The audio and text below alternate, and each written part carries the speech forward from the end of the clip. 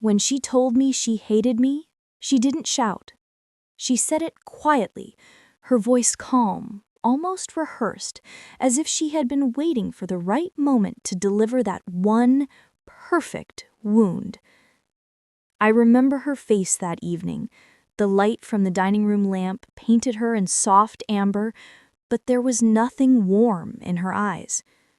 "I hate you," she said, and then she stood, smoothed down her skirt, and walked out of my house like she'd just finished a business meeting. I sat there, frozen, my tea cooling in my hands. I didn't even ask why.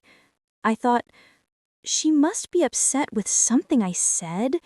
Maybe I'd overstepped. Mothers do that sometimes. But deep down, something about her tone chilled me. It wasn't anger. It was intent. Normal life, setup. Before all that, my life was quiet, predictable, almost boring in a comforting way. I had retired early from my job at the library. My husband, Daniel, had passed 5 years prior, heart attack, sudden and merciless.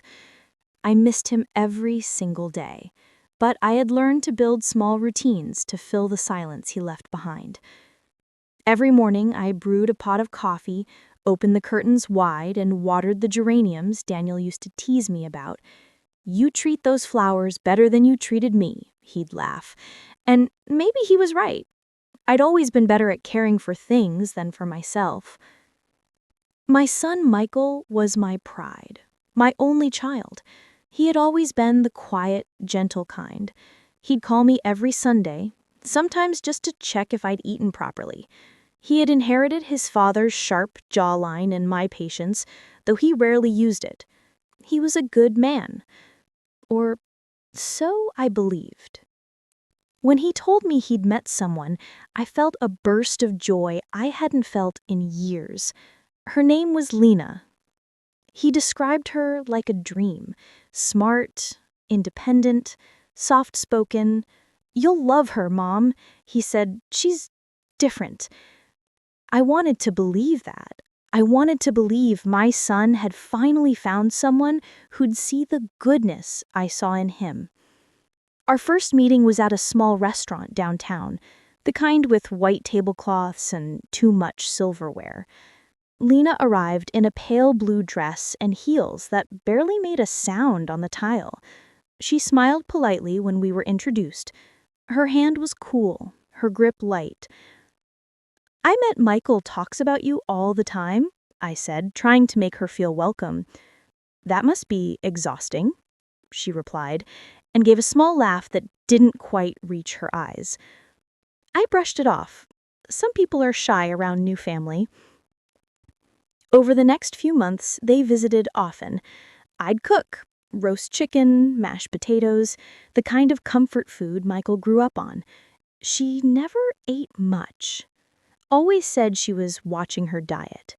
She'd compliment the table setting, the scent of the candles, the texture of the curtains, everything except the food or the company. Still, I told myself, she's just reserved. She'll open up in time. When Michael announced their engagement, I clapped my hands like a schoolgirl. He looked so happy, and Lena smiled that perfect camera-ready smile. I gave them my blessing without hesitation. If only I had known what that blessing would cost me. The first clue: suspicion. After the wedding, things changed subtly, like when a room's temperature drops, but you can't tell where the draft comes from. Michael called less often. Lena answered most of my messages, sometimes curtly, sometimes not at all. When I visited their apartment, she'd always seem mildly inconvenienced by my presence, glancing at the clock, clearing her throat, mentioning how busy they were. One day, I brought over a casserole. She opened the door halfway, smiled too tightly, and said, "Oh, you didn't have to do that. We're eating out tonight." I insisted. "It's fine. It'll keep for tomorrow." She hesitated, then took the dish reluctantly, as if accepting charity. I caught a flicker of something in her eyes. Not gratitude, not irritation, something colder. Later that week, Michael called. His tone was distant, distracted. "Mom, maybe you shouldn't drop by without calling first," he said gently. "I just wanted to surprise you two." "Yeah, I know, but Lena's been stressed. Work stuff." Work stuff. That became the excuse for everything. One afternoon, I visited a local market I hadn't been to in years. At the fruit stand, I ran into an old friend, Esther, who mentioned she had seen Michael and Lena at the bank. "They looked serious," she said. "Lots of papers. You okay, dear?" I laughed it off, probably sorting their joint account. But that night, something gnawed at me. I had given Michael access to my savings when Daniel died. Not for him to spend, just for emergencies. A joint account we'd opened years ago. What if... I shook the thought away. My son would never. But still, the seed had been planted. A few days later, I went to the bank myself. I wanted reassurance, nothing more. The teller, a kind young man with nervous hands, looked hesitant as he pulled up my account. "Ma'am, there was a recent transfer. Large one." "Transfer?" I repeated. "Yes," he said, "to a joint account under the names Michael and Lena about 6 weeks ago." The number he read made my chest tighten. It was almost everything Daniel and I had saved for retirement. My cushion, my safety. I left the bank with a strange calmness. Not fear, not anger, just numbness. The world sounded muted, like I was underwater. I told myself there had to be an explanation. Maybe it was an accident. Maybe they needed a short-term loan. Maybe. But even as I tried to reason, a small voice whispered in the back of my mind, "Lena." That night, I went to their apartment, unannounced. I knew I shouldn't. I'd promised Michael I'd call first, but my heart wouldn't rest. Lena opened the door. She looked surprised, then annoyed. "Oh, it's you." "I need to talk to Michael," I said. "He's not home." "Then I'll wait." She crossed her arms. "Suit yourself."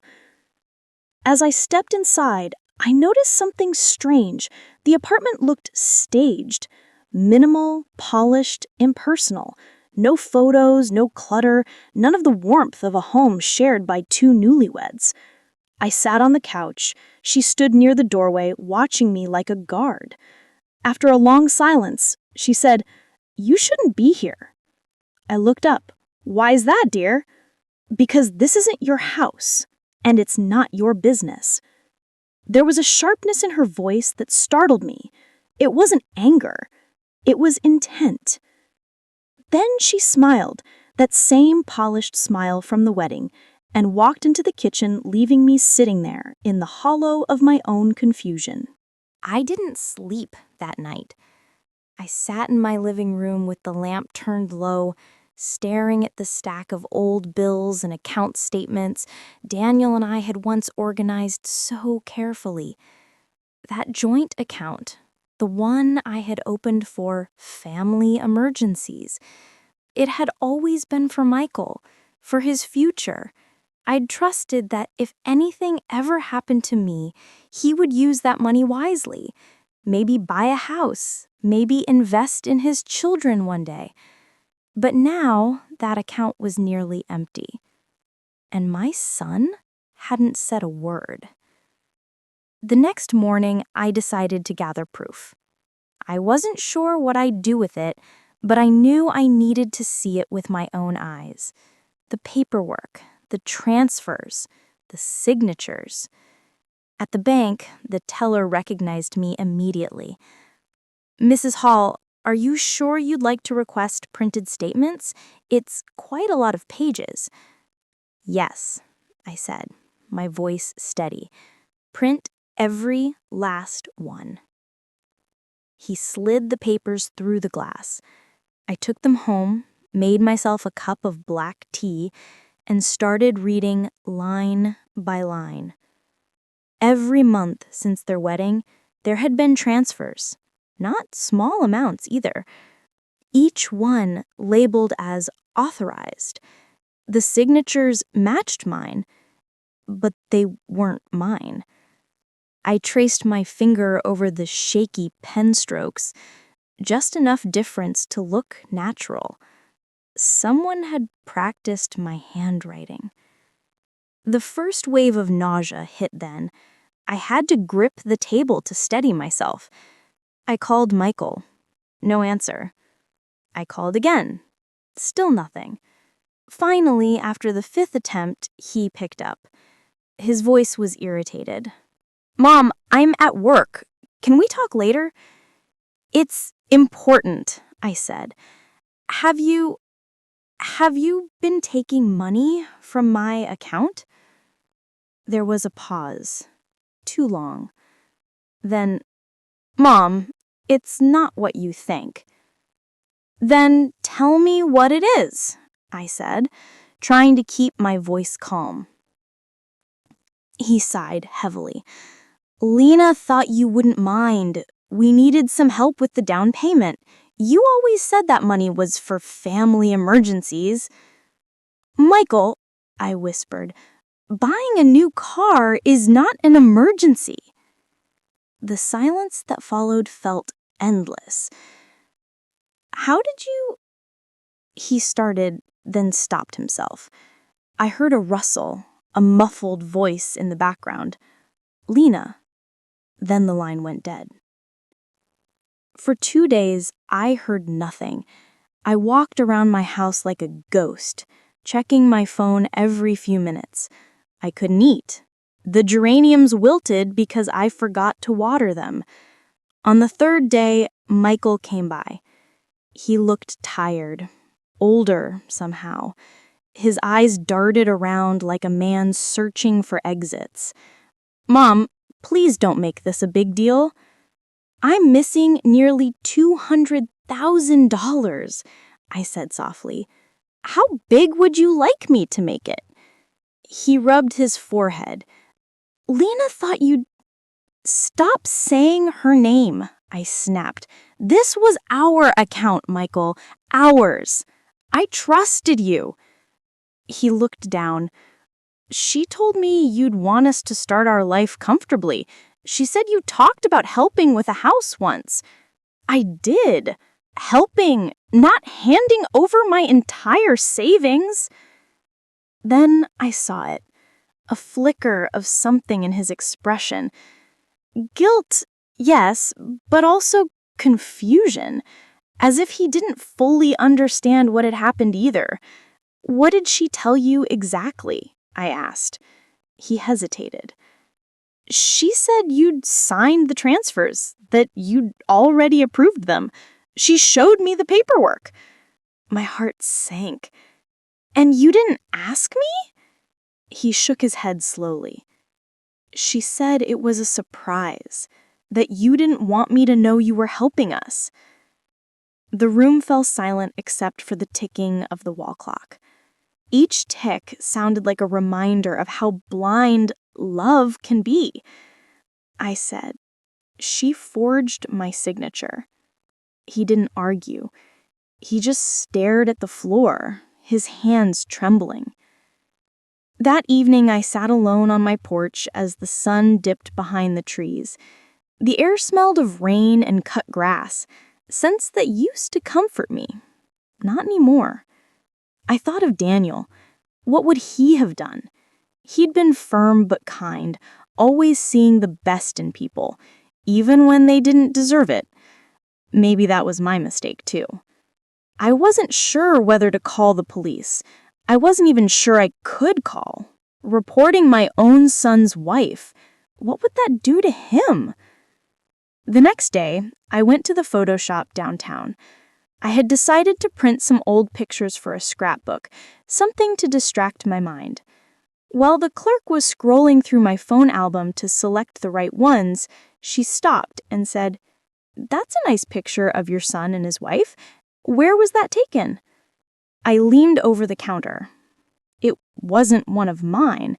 It was a photo automatically saved from a shared folder Michael had once synced with me.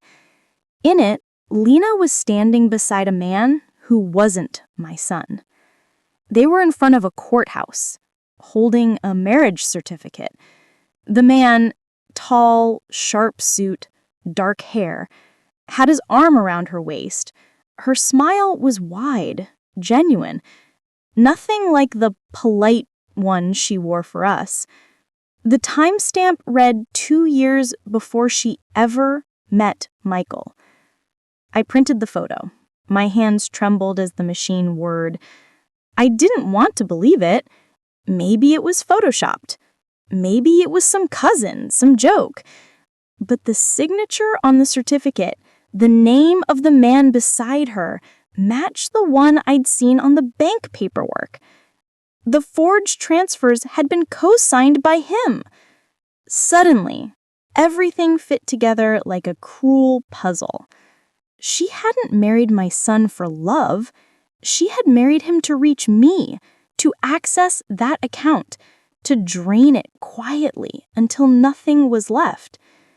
I went home and sat at my dining table again, the same place where she had once told me she hated me. I looked at her picture, then at Michael's baby photo beside it. The difference between those two faces, the pure love in one and the cold calculation in the other, broke something inside me. I knew I couldn't protect him anymore. I had to show him the truth no matter how much it would hurt. I called him that night and said, "Michael, I need you to come over alone." His voice was wary. "What's going on?" "I have something to show you. It's about Lena." He came the next morning, his eyes red and tired. I slid the photo across the table. He stared at it, silent. The color drained from his face. "What is this?" he whispered. "Her first marriage. To the man who helped her steal from me." He looked at the date, then at me. "Mom, I don't understand." "She married you under false pretenses. It was planned, Michael. The transfers, the signatures, everything." He shook his head violently. "No, she wouldn't." "She did." I opened a folder I'd kept beside me. Every bank statement, every forged transfer, every document connecting her to that man. Michael sat there in silence, his hand pressed to his mouth. Tears welled up in his eyes. "She said she loved me," he murmured. "I know. That's how people like her work." He left without saying goodbye, and for a long while after he drove away, I just sat there, staring at the empty driveway. The house was too quiet, the air too still. I thought of all the years I had spent protecting him, guiding him, loving him, only to watch him fall into the arms of someone who saw us both as nothing more than stepping stones. And yet beneath the heartbreak, there was a flicker of something else. Resolve. This wasn't over. For 2 nights after Michael left, I couldn't bring myself to close the curtains. I sat in the living room with the lights dimmed, watching the faint reflection of my own face in the window, pale, tired, and unfamiliar. I kept thinking about how trust works, how it's built one act of love at a time, and how easily it can be dismantled by a single lie. But I wasn't ready to crumble. Not yet. When you've been a mother long enough, there's a moment when grief hardens into something sharper, a quiet kind of strength. I wasn't out for vengeance. I just wanted the truth in the open, and my son free from her hold. So, I began to prepare. The next morning, I visited the bank again. I met with the branch manager, a middle-aged woman named Patricia who had always treated me kindly. "Mrs. Hall," she said softly, "I'm so sorry for everything you've gone through. We'll cooperate fully if this goes to investigation." I handed her the documents I'd gathered, the forged transfers, the fake signatures, the photo of Lena with her first husband. She studied them carefully. "You realize this constitutes fraud. You could press charges." I nodded slowly. "I'm aware. But first, I need to give my son a chance to see the truth for himself, without her interference." Patricia looked at me with a kind of sympathy that only other mothers understand. "If you need anything, call me directly." I thanked her and left with a folder full of photocopies, evidence that could destroy Lena's carefully constructed facade. A few days passed before Michael returned. He looked hollow, like someone who'd been walking through a storm with no umbrella. He sat at the table, same as before, but this time he wouldn't meet my eyes. "She denied everything," he said quietly. "Said that man in the photo was her cousin, said you're mistaken." "Did she also deny the forged signatures?" He rubbed his temples. "She said you must have changed them, that you're trying to turn me against her because you never liked her." I exhaled slowly. "And what do you believe, Michael?" He looked up at me then, really looked.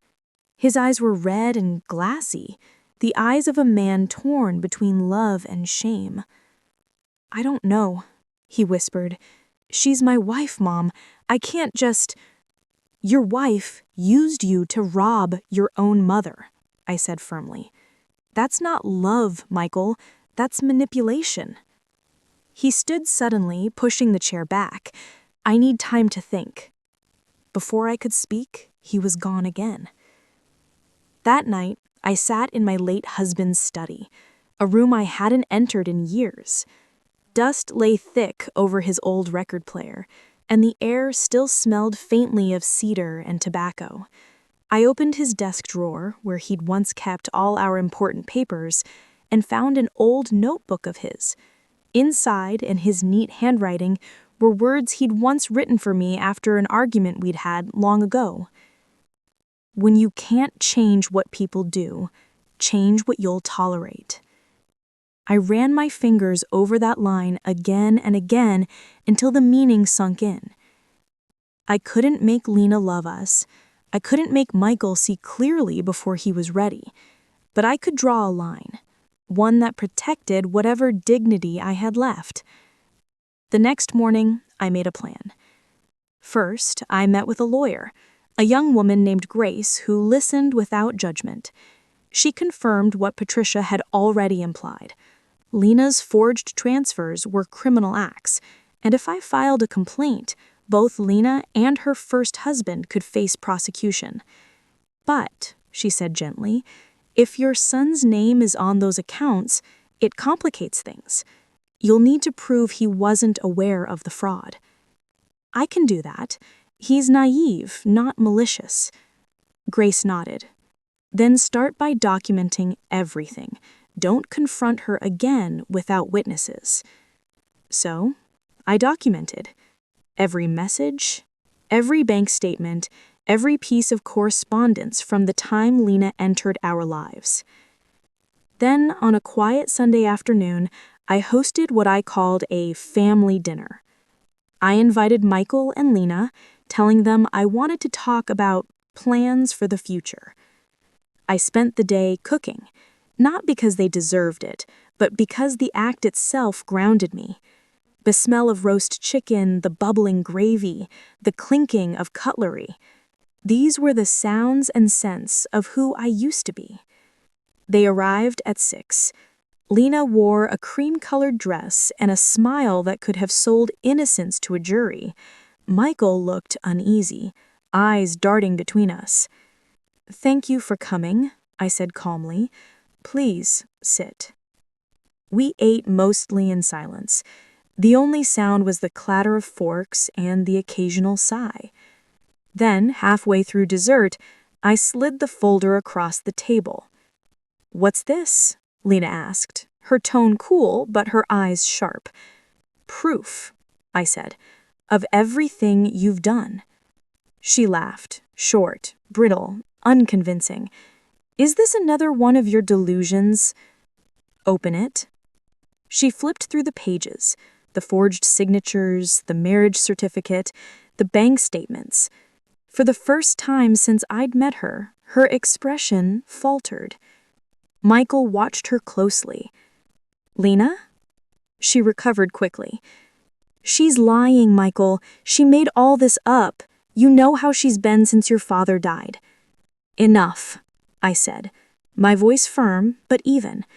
"The police already have copies. So does the bank."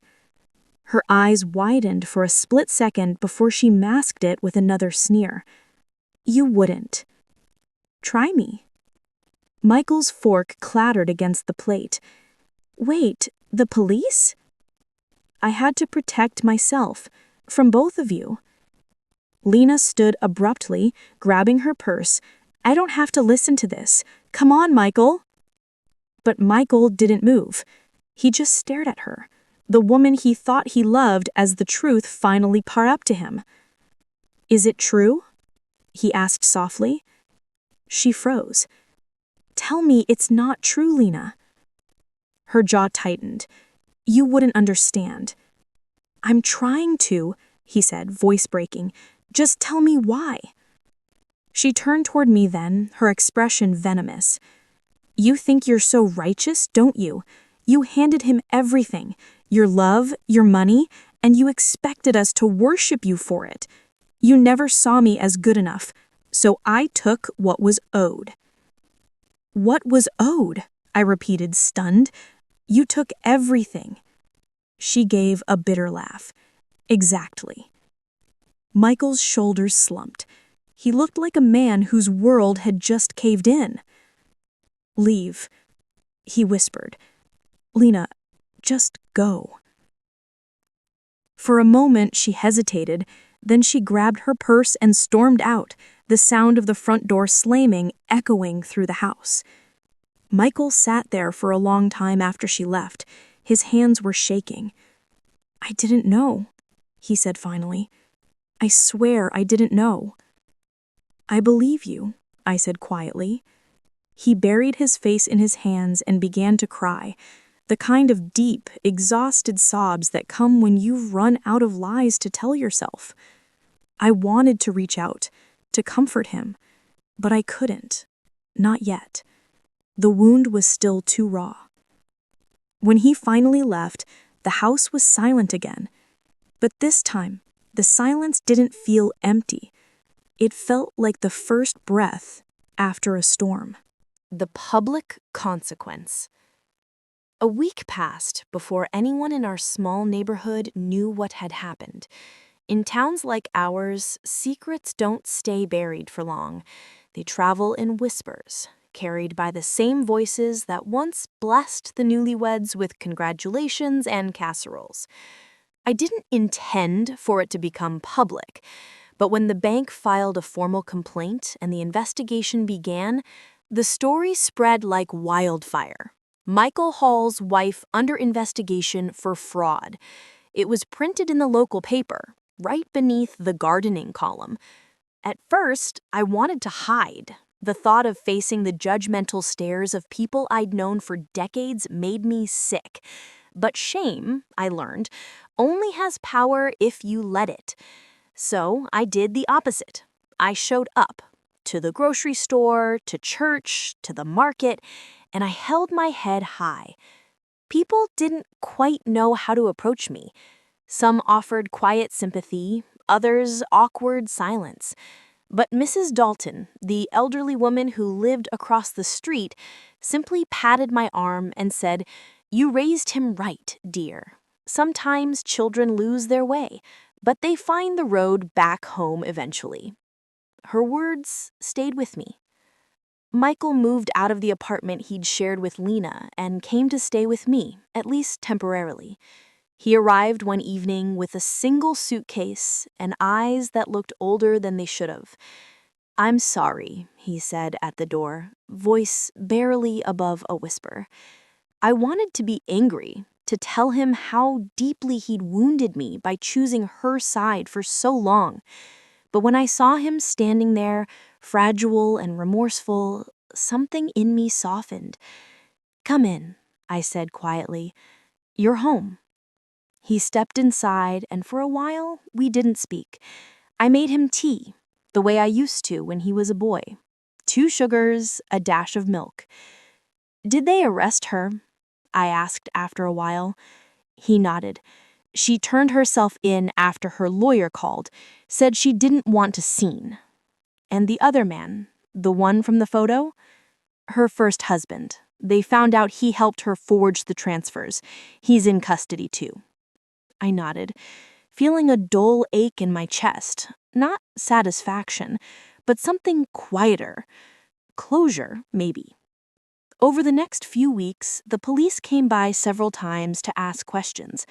I told them everything. Calmly, factually, no bitterness. Every time I spoke about it, I felt a little lighter. Michael helped where he could. He took over the house repairs, mowed the lawn, even fixed the creaky hinge on the kitchen cabinet that I'd learned to ignore. It was his way of saying sorry without words. We didn't talk much about Lena, not at first, but late one evening, while we were sitting on the porch watching the sky fade from gold to indigo, he finally asked, "How did you know, Mom? How did you figure it out?" I smiled faintly. Mothers always notice the little things, the things others miss. The way someone's eyes dart when they're hiding something, the tone of voice when they say your name. He was quiet for a while, then said softly, "She told you you hated her." I looked at him. I wanted to love her. I tried. He nodded. "I know. I see that now." When the trial began, I didn't attend every session, only the last one, where the verdict was read. Lena sat at the defense table in a crisp gray suit. Her hair was tied back, her face pale. She didn't look at me when I entered, and I didn't expect her to. The prosecutor read the charges: fraud, falsified documents, conspiracy. It sounded like a language from another world, one where love and betrayal shared the same breath. When the judge asked if she had anything to say, Lena stood. Her voice was calm, almost detached. "I did what I thought I had to do. People like her, they have everything. I just wanted a piece of it." Her words echoed through the courtroom like a confession without remorse. Michael sat beside me, his head bowed. I could feel the weight of his shame pressing against the air between us. The sentence was handed down: probation, restitution, and a suspended sentence if she paid back what she had stolen. It wasn't the harsh punishment some might have wanted, but for me, it was enough. Justice, not vengeance. As we left the courthouse, Michael stopped on the steps, the wind rustling through his hair. "I loved her," he said quietly. "I know, and love makes fools of us all at least once." He gave a bitter laugh, then fell silent again. In the weeks that followed, life slowly began to resemble something normal, or at least something new. The whispers in town died down, the newspaper found fresher scandals to print, and my house, once filled with tension, began to breathe again. Michael started seeing a counselor, and I encouraged it. Sometimes, late at night, I'd hear him pacing the hallway, his footsteps heavy with regret. But there was healing in that sound, too. It meant he was trying. One afternoon, I found him sitting at the kitchen table, staring at an old photo of his father. "Do you think he'd forgive me?" he asked quietly. I sat across from him and took his hand. "Your father believed forgiveness isn't something earned. It's something given so you can move forward." He nodded slowly, tears glistening in his eyes. About a month later, I received a letter in the mail. It was from Lena. I hesitated before opening it. Her handwriting was the same, neat, looping, confident. Inside, the letter was short. I don't expect forgiveness, but I wanted you to know I'm leaving town for good. I never meant to hurt Michael as much as I did. I hope one day you'll remember that I'm human too. I read it twice, then set it aside. I didn't feel anger or pity, just a quiet sense of ending. Sometimes closure doesn't come with dramatic apologies or perfect justice. Sometimes it arrives in a simple envelope with no return address. That evening, I walked out into the garden, the same one Lena had once dismissed as a waste of time. The roses were in bloom, red and full, their scent thick in the cool evening air. Michael joined me, hands in his pockets. "They're beautiful," he said softly. "They always were. We just forgot to look for a while." He smiled faintly. For the first time in months, I saw a glimmer of peace in his eyes. The world had righted itself in its own imperfect way. The lies were gone, the house was quiet, and for the first time in a long time, I wasn't afraid of being alone. The resolution/healing. Healing doesn't arrive all at once. It comes in fragments, in moments so small you almost miss them. For me, it began the day I stopped checking the mailbox for more letters from Lena. There were none, of course, just bills, the occasional catalog, and postcards from neighbors on vacation. But each time I walked back from the end of the driveway empty-handed, I realized I was letting go of something. Anger, fear, maybe even grief. Because that's what betrayal really is, isn't it? A kind of grief. Not just for what was done to you, but for the future you thought you had. Michael started to rebuild his life in slow, deliberate steps. He went back to work at the construction firm, started saving again, even joined a local support group for people recovering from financial manipulation and emotional abuse. I went with him once, just to listen. One woman shared a story about her sister stealing her inheritance, another about her husband draining their joint account. There was pain in every voice, but also strength. By the end of that session, I realized how many people walk around carrying stories they never tell. When we left, Michael said softly, "I thought I was the only fool." I shook my head. "You were just the one who trusted the wrong person. That's not foolish, that's human." He smiled faintly, the kind of smile that trembles before it becomes real. My home felt different now. Not emptier, just lighter. I started rearranging things, clearing spaces that had held old energy. I moved the dining table closer to the window so the light hit it just right in the mornings. I donated the fancy dishes Lena had insisted we use for Sunday dinners. I even painted the living room, a warm cream color that made the house glow in the late afternoon. Each stroke of the brush felt like a reclaiming. One afternoon, as I stood on a step stool painting the trim, Michael came in and said, "You should start that community class you always talked about, the one about home cooking and budgeting." I laughed. "You remember that?" "Yeah," he said, picking up a roller. "You always said women should learn how to protect themselves, emotionally and financially. Maybe you could teach them that." The idea took root. By spring, I was holding small gatherings in my kitchen, 5, sometimes 6 women at a time. We cooked simple meals together, pot pies, stews, casseroles, the kind of food that warms more than the stomach. But as we stirred and chopped and kneaded, the conversations always drifted deeper. Stories came out about betrayal, loss, survival, renewal. And I listened, offering advice only when asked, Mostly, I just let them talk. One evening, a young woman named Renee stayed behind to help with the dishes.